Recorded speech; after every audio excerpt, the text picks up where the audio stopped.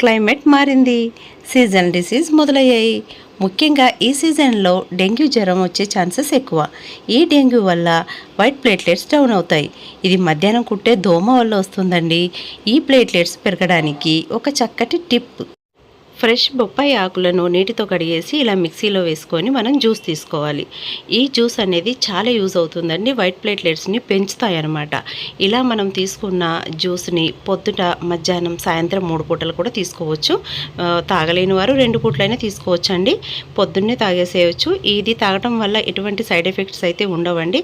ఇలా డైరెక్ట్గా తాగలేని వారు కాస్త హనీ కూడా తీసుకోవచ్చు. ఇందులో కాస్త హనీ వేసి యాడ్ చేసుకొని కలుపుకొని తాగేయచ్చు. పిల్లలు కొంతమంది తాగనని చేస్తుంటారు కదా, అలాగే వీటితో పాటు బొప్పాయి ఫ్రూట్ని, అలాగే పాలకూరని, బీట్రూట్ని కూడా చాలా మంచివి అండి. మేకపాలు, కివి ఫ్రూట్ కూడా వైట్ ప్లేట్లెట్స్ని పెంచుతుందన్నమాట.